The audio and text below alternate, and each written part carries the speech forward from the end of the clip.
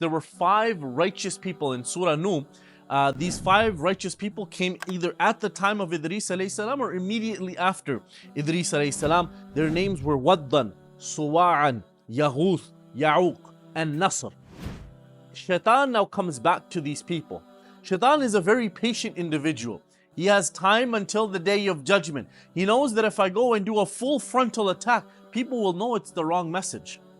So, Shaitan, he begins to say, well, these are your great 5 pious people. If you don't know them, if you don't recognize them, if you don't draw symbols of them, if you don't make statues of them, the people after you will forget. The people began to discuss with one another, he's certainly spoken the truth, let's make statues. And so small statues were made. And then Shaitan goes back to them. Shaitan says to them, well, you've made these statues, but if you don't visit them on a daily basis, people will forget. Come visit them. Let's make a day to celebrate. For example, Yaghuth and Ya'uq and Nasr and Suwa'an. And so he's made these, and slowly he began to change their names little by little.